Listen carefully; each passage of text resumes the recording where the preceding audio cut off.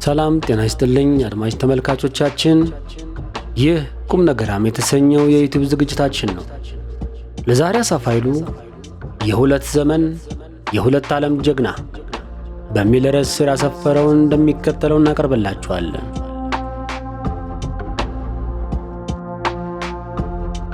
ይህ ሰው ለእኔ የጀግንነት ስብዕና ምሳሌ ነው። ገና በወጣትነቱ ሞትንና መቁሰልን ለሚጠይቅ ላመነበት ዓላማ ዕድሜውንና ሕይወቱን የሰጠ ሰው ነው። ብዙዎችን የታጋዮችን ታሪክ አገላጥፈው የሚነግሩህ የእነሱን ወገን ሰዎች ስትጠይቅ የሚነግሩህ ገና በትግል ሜዳ እያለ የተለየ ጂኒየስነትን የተላበሰ ያልታወቀበት ህቡ ሳይንቲስት ነበር ይለዋል።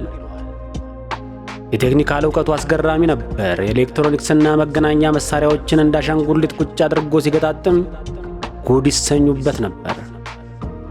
የሜካኒካል ኢንጂነሪንግ ተግባራዊ ዕውቀቱም በችግር ዘመን የተፈተነ ነው። በቂ መሳሪያና እገዛ በሌለበት የቆሙ ታንኮችን እያስነሳ በዕውቀቱ የተዋጋ ጀግና ነው። ደግሞ ዕድል ቀናቸውና አሸነፉ። አዲስ አበባ ገቡ። ብዙዎች ነባር ታጋዮች በሀገር ውስጥና በውጭ ዓለም የአደባባይ ሰዎች ሲሆኑ፣ ወደውም ሆነ በሥራቸው ጠባይ እውኝ ባዮች ሲሆኑ፣ ለሥልጣንና ለሀብት ሲጋደሉ፣ ይህ ሰው ግን ድምፁን አጥፍቶ አንገቱን ሰብሮ ላመነበት የሕዝብ ዓላማ ሳይታክተው ሥርዓቱን ቸር ልሁንለትና ለሀገሩ ያገለገለ የሰላም ቀን ጀግናም ነው። የሀብትና የሥልጣን መጨረሻው በሁሉን አዋቂነት አጉል በሽታ መጠቃት ነው። አንድ የታወቀ አባባል አለ። አባባል ብቻ ሳይሆን ሳይንሳዊ ድጋፍም ያለው የኦቶሪቴሪያኖች የሽግግር ውደት ነው። እንዲህ ይላሉ፣ ሥልጣን ሲመጣ መጀመሪያ በእግር ይገባል። ዓለምን መዞር ነው። ይቆይና ከፍ ብሎ ወደ ሆድ ይገባል። መብላት፣ ማብላት፣ መጋጥ ነው። ይቀጥልና ነው ወደ ጭንቅላት የሚወጣው። የሁሉ ነገር አዋቂ እኔ ነኝ የሚል መታበይና የደፍንነት ሕመም ይፈጠራል። ይህ ሰው ባሳለፈውና ከሕዝብም ዓይን ተሰውሮ መሰወር በማይችለው የግማሽ ክፍለ ዘመን ታሪኩ ከእነዚህ ብዙዎች የእሱን እኩዮች ካጠቁ የሥልጣን ልክፍቶች ራሱን ጠብቆ የኖረ ትሑት ሰው ነው። ላስተምራችሁ ሳይሆን አስተምሮኝ ነው የእሱ ቋንቋ። እኔ ያውቃለሁ ሳይሆን ሕዝቡ ያውቃል ነው። እንነጋገር ነው ፈሊጡ።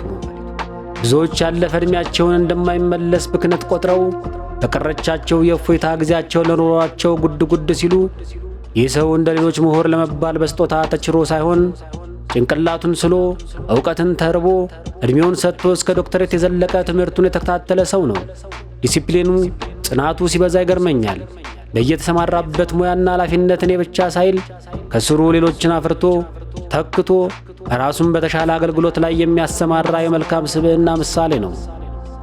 ደግሞ ይሄ ሁሉ አልበቃ ብሎት አካላዊ ጤናና ጥንካሬውን በቴኳንዶ ስፖርት እስከ ጥቁር ቀበቶ የደረሰ ብቃቱን ያስመሰከረ መንፈሱም አካሉም የማያረጅ ሰውም ነው። ካንተ በላይ ወጣት ሆኖ ታገኘዋለህ። ወጣትነት ምንድን ነው? ለዓላማህ አለመሞት ነው። አለመንበርከክ፣ አለመብረክረክ የልብ ጽናት ነው። ባስቀመጡ ቦታ መገኘት ነው። የቁርጥ ሰው ሆኖ መገኘት ነው። ይህ ሰው ሰዎችን በጥቅሉ ፈርጀን በምንመነዝርበት የፖለቲካ መነጽር ሰፍረነው ላይመቸን ቢችል አይገርመኝም። ግን ወደድነውም ጠላነውም ይሄ ለውጥ የተባለ ነውጥ ሲመጣ ለብዙ ጥቅሞች ሳይጓጓ፣ ለሥልጣን ሳያሰፈስፍ፣ ትልቅ ነኝ ትንሽ ነኝ ሳይል ረጋ ብሎ በጽሞና ወዳበቀለው ወገኑ ዝቅ ብሎ ወርዶ ሕዝቡን ለማገልገል ያላመነታ ሰው ነው ይህ ሰው።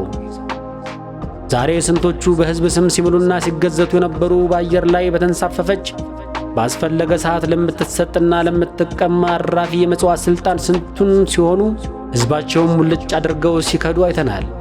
የዚህ ሰው ጥፋቱ ምንድን ነው ሲባል የአንዳንድ ሰው መልስ ያስቀኝ ነበር። መቀሌ ገብቶ የመሸገው እሱ አይደል እንዴ? ሚኒስትርነት አልፈልግም ብሎ ሕዝቡን ሊያገለግል ወዳሳደገውና ወደሚወደው ሕዝብ ጉያ ውስጥ መግባቱ ነው ጥፋቱ። ዛሬ ስንቶችን በታዘብንበት መነጽር የዚህ ሰው ስም ብቻውን የህሊና ወቃሽ ይመስለኛል። ሁሉም ሰው እኩል ነው። ግን ከሰው መሃልም ዘለግ ያለ ስብዕና የምታገኝበት ሰው ደግሞ አለ። ደብረጽዮን የሰላም ጊዜ ጀግና፣ የጦርነት ጊዜም ጀግና ይሆንብኛል። የሰላምም የጦርነትም የሁለት ዓለም ጀግና። ወደ መቀሌ ሄዶ ሕዝብን ላገልግል ባለበት የድኅረ ነውጡ ወቅት ይህ ሰው ብዙ ሰውና ንብረት አውዳሚ የሆኑ ሊመጡ ያሉ ግጭቶችንና እልቂቶችን ለማስቀረት በሰው አቅም የሚቻለውን ሁሉ ሰላማዊ መንገድ ተከትሎ በሚገርም ትዕግሥት ለሰላም የታገለ እውነተኛ የዲፕሎማሲ ሰው ነበር። የእኛ ወረተኞች ከአይተ ኢሳያስ ጋር ወዲያ ሆም እያሉ የጫጉላ ሽርሽር ጠበበን ባሉበት ሰዓት ደብረጽዮን ሕዝቡን አረጋግቶ በጽሞናና በዲፕሎማሲ ነገሮችን ለማሳለፍ የቻለውን ያበረከተ ሰው ነው። ኢሳያስን አጨብጭቦ መቀበል ከነበረበት ለሰላም ሲባል ከፌዴራሉ መንግስትም ሆነ ከሌላ ኢሳያስን በትህትና ጨብጦ ስቆ አስተናግዶ የጨዋነትና የዲፕሎማሲ ስብዕናውን አስመስክሯል። የትግራይ ሕዝብ በተለያዩ አወዛጋቢ አጀንዳዎች የተነሳ ከወንድሙና ጎረቤቱ የአማራ ሕዝብ ጋር አላስፈላጊ ግጭት ውስጥ እንዳይገባ ደብረጽዮን የሕዝብ ለሕዝብ ምክክርን ከማስተባበር ጀምሮ የአማራ ሕዝብ ለቃሉ ሟች ነው፣ ለሃይማኖት ታማኝ ነው በሚል ባህላዊ መንገድ ጳጳሳትን ይዞ አጎንብሶ እነገዱ አንዳርጋቸውን የአማራ ሕዝብ የትግራይን ሕዝብ ላይ ወጋ እንደ ወንድማማቾች ልንኖር ብሎ ወይም ለታሪክ የሚቀመጥ መሐላ ማማለ በሳልና መንፈሱን ያረጋ ሸምጋይም ነው።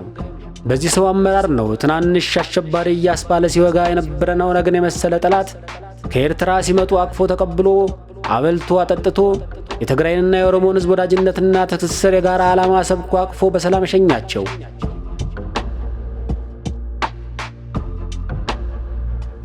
ይህ ሰው በአንድ አጋጣሚ የቅኔ አዋቂ መሆኑንም አይቻለሁ። አጋጣሚዋ ልናገራት። ለማ መገርሳ ከኦሮሚያ ፕሬዝዳንትነት ወደ ፌዴራል መከላከያ ሚኒስትርነት ሲሸጋገር በሽኝት በዓለ ሲመቱ ላይ ደብረጽዮንን ጠርተውት ነበር። ቅሬታ ያደረበት ሳይመስል ወይም በሰላም አብሮ ለመኖር ሲባል በፈገግታ በታጀበ አድናቆት ተሿሚውን አመስግኖ ተቀበለ። የአራት አባባል ግን ትልቅ ቅኔ ነበረች። ለማ መገርሳ ኦሮሚያን ሲያስተዳድር ምን ውጤት እንዳመጣ እያየነው ነው። ምስክር አያስፈልገውም። ወደ ፌዴራሉም ሲመጣ ይህንኑ እንደሚደግመው አልጠራጠርም ነበር ያለው ደብረጽዮን ይህን ቅኔ ሲናገር ኦሮሚያ እየታመሰች ነበር። ወለጋ በሰራዊት አልበቃ ብሎ በሄሊኮፕተር እየተቀጠቀጠች ነበር።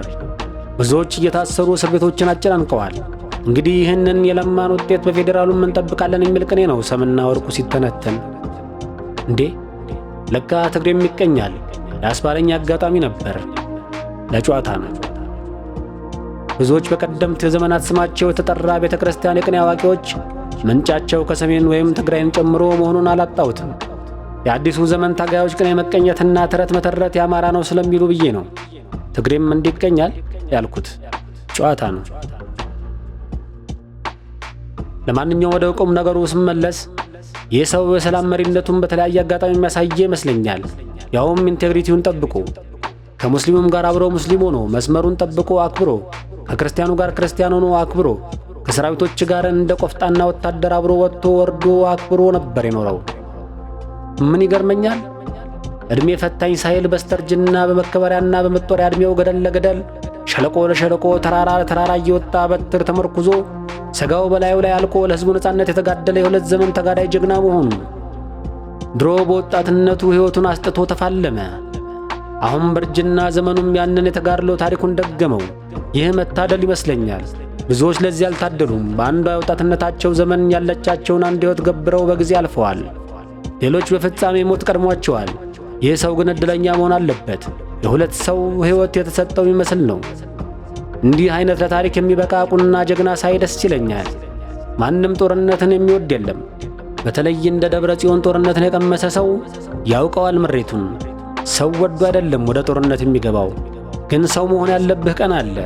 ሰላም ጀግና እንደምትፈልገው አንዳንዴ ተጋድሎም ግድ ብሎ ገፍቶ ይመጣና ተዋግቶ የሚያዋጋ ጀግና ይፈለጋል። አንድ የምወደው የኬኒ ሮጀርስ ዜማ አለ፣ የሀገሩ ፈሪ የሚል። በጀግንነት የታወቀ አባቱ የሰው ሕይወት በእጁ አልፎበት እስር ቤት ነው የሞተው። ለልጁ ቃል አስገብቶታል። ሰው ግራህን ሲመታ ቀኝን ስጠው፣ ጀግንነትህን ለማስመስከር የግድ መዋጋት መፋለም አያስፈልግም ይለዋል። you don't have to fight to be a man። ልጁ ቃሉን አክብሮ ኖረ። ግን አንድ ክፉ ቀን መጣበት። ሰው ከተሆነ መቋቋም የማይቻል ውርደት ከፊቱ ቆመና ፈተነው። ተነስቶ ተፋለመና ዋጋቸውን ሰጣቸው። በመጨረሻ ልጁ ለአባቱ እንዲህ እያለ ያዜማል። አባቴ ያውቃለሁ፣ ሰውነቴን ለማስመስከር መፋለም አይጠበቅብኝም። ግን አንዳንዴ ሰው ከሆንክ የግድ መፋለም ያለብህ ጊዜ አለ። sometimes you got to fight when you are a man። ብዙ ሰው ወደ ጦርነት የሚገባው ጸብና ፍቅሩ አይመስለኝም፣ ተገዶ ነው። ትዕግስት የማይገባው ልምምጥ የማያሸንፈው መሸሽ የማያለሰልሰው ሰይጣን ቁራጭ በሸሸበትም ጥግ መጥቶ ሱሪውን ካላስወለቅኩ ይልሃል። በቃ ምንም ማድረግ አትችልም። ሰው ከሆንክ ትፋለማለህ። ሰው ካልሆንክ ብቻ ነው እንዲህ አይነቱን ውርደት የምትቋቋመው። ደብረጽዮን ባለፉት ጥቂት ዓመታት ሰላምን ለማምጣት ጦርነትን ለማስቀረት የአንድም ሰው ነፍስ በከንቱ እንዳይጠፋ ከማንም በላይ የማይኮነውንና የማይቻለውን ሁሉ ሆኗል። ያውም የተከፋ ሕዝብ ይዞ ግን የማይሸሹት የጥፋት እጅ አፍጥጦ ሲመጣበት ደግሞ የግድ ጀግና ሆነ። ይህ ሰው ለእኔ በእነዚህ 6 ዓመታት የሰላም ቀንም ጀግና የክፉ ቀንም ጀግና ሆኖ የተገኘ የሐቅ ሰው ነው። የምታከብረው በሳል ሰው ነው። ልበ ምልስ መሆኑም ይገርመኛል። ከገደሉት ካቆሰሉት ጋር አብሮ መቀመጥ ቀላል አይደለም። ማሽቃበጥ አስፈላጊው አይደለም። አብሮ መስራት ግን ያውቅበታል። ይገርመኛል። ሰውን ለመርዳት ብቻ አይደለም፣ ሰውን ለማክበርም ሰው መሆን ብቻ በቂ ነው። በዚህ ሰው ድርጅታዊ ርዕዮተ ዓለሞችና አቋሞች ላልስማማ ይሆናል።